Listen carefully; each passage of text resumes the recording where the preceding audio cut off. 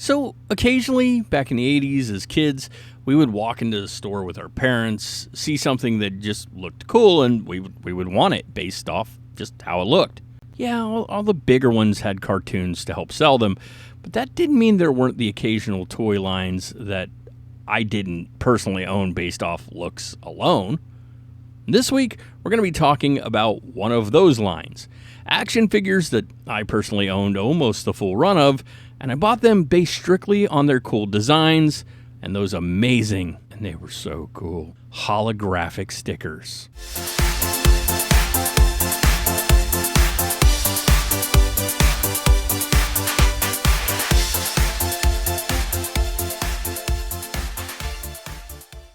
So to anyone not of a certain age, it might be really difficult for you to grasp just how cool things like lasers and 3D shapes and cones and spheres and, most importantly, holographic stickers were.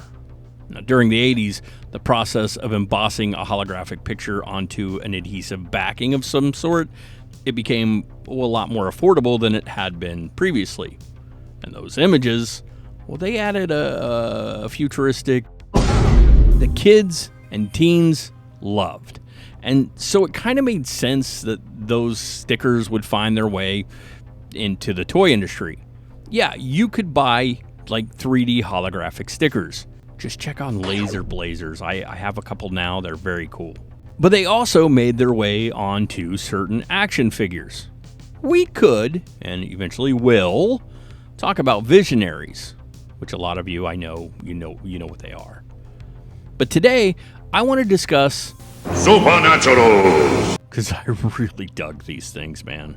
Released by Tonka in 1987, they made their public debut at the New York Toy Show. Now, exact details on how these guys found their start, well, they're very scarce. But it's believed that Tonka, who in all fairness had given us GoBots, were looking to break free from the toy truck and toy car stereotype that they'd been sort of saddled with. Yes, they did give us another popular line in 1985 besides GoBots as part of their desire to diversify. Those were the Pound Puppies. Of course, we're going to talk about those at some point. But this was an action figure line, something that Tonka hadn't really done a whole lot up until this point. Also, it was the 80s, and when one considers how popular things like skulls and crazy creatures and ghosts and like slimy things were, it sort of made sense to start a line of figures kind of in that direction.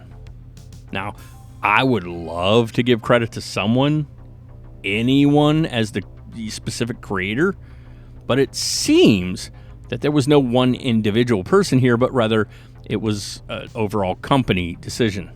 If so, this is one of the best company decisions ever because they're usually just not this smart about things.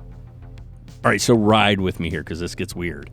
The backstory was told via the action figure cards, the mini comics they were packaged with, and a 9-issue comic book run. And this thing leaned like heavy into the whole ghost and creepy world thing.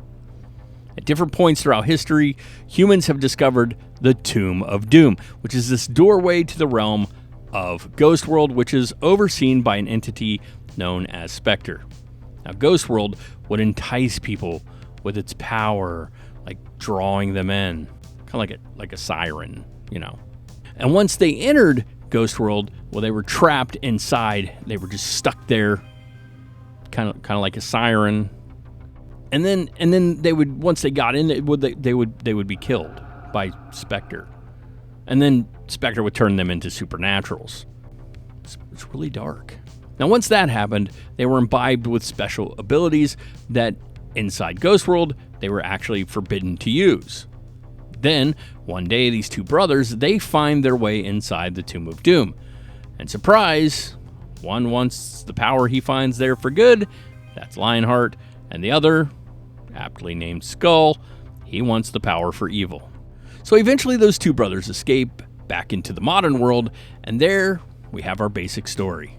Again, it's a little dark for kids. Honestly, it's sort of a shame the comics and the toys ended so abruptly because there was a lot of potential for what I think would be an amazing story. But alas, it just was not meant to be. So we got 6 main figures and 6 ghostlings. They weren't very articulate, with the main characters having joints at the shoulders and upper legs only, and the ghostlings, well, just their shoulders.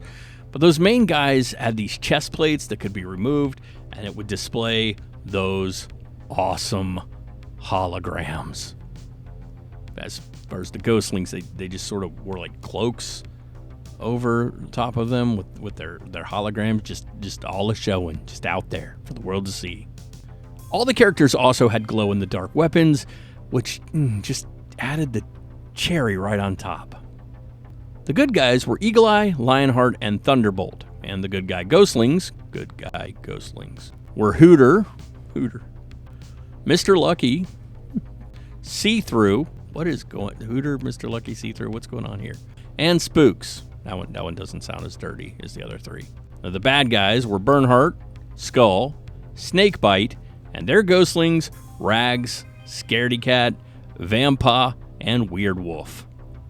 There were also a few vehicles. There was the Ghost Finder, the Lion Wing, the Bat Bopper, and the Dark Dragon. Oh, and also there was a playset, because there's always a playset. And that was the Tomb of Doom we mentioned earlier, because it would just make sense. So Supernaturals are always being compared to the Hasbro Toys Visionaries, which also came out in 1987. Visionaries featured a hologram on their chest as well, but that's really the only similarities they had in common.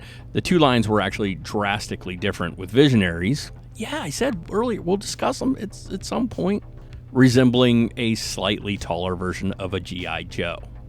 Now, in full honesty, the Supernatural line was considered a complete failure for Tonka in 1987, with only 1 wave ever getting released. The line was discontinued, from best as I can gather, from the cost of production not being justified when viewed against a lack of sales. What this caused was a sort of good-bad situation for us collectors, like myself, who have very fond memories of these figures. Now, a single wave means less characters, and so an easier line to obtain them all, sometimes. However, it also means not as many were produced, and so finding them, especially complete, is really difficult. I mean, they're always missing their chest plates or their weapons. They're always missing something. Oh, and they're usually fairly pricey. Again, when we talk numbers on the show, we're talking about currently. I can't speak for what it's going to be like next year, but currently I found ghostlings on card for around $35 to $50. I have one. The card is not in perfect shape, and that's still around $35. But the main figures, whom I rarely ever see on card out in the wild, and actually not often at all, they're often in the hundreds if you find them on card. Why, oh why am I so into these difficult lines? So how many of you have the memories of these that I do? I think one of the things that made these cool is they were a little more affordable than some other lines. So when I went into a store with my parents and I said I want a toy, they didn't want to shell out the money for a Transformer again, because they weren't that cheap. But when I saw something that looked cool, like the Supernaturals, my parents were a little more inclined to let me get one. That's probably why I had a majority of the run.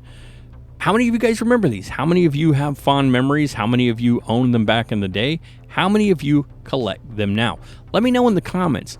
I really want to tell you guys that overall, the feedback we've gotten in the comments has just been positive talk about toys, and I appreciate that so much. It is so much fun, and I really enjoy the toy conversations I get to have with you guys out there, so please keep it up. Drop it down there. Let me know in the comments, because you guys are awesome. Hey, before you go, make sure you're hitting subscribe and like the thumbs up and the share and all that cool stuff that everybody asks you to do. It really does help out a show more than you guys know. Plus, when we reach a certain subscription number, I might be inclined to start giving some cool stuff away.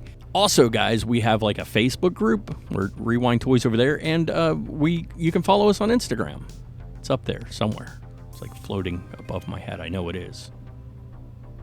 Hey, I want to thank all of you for coming back again.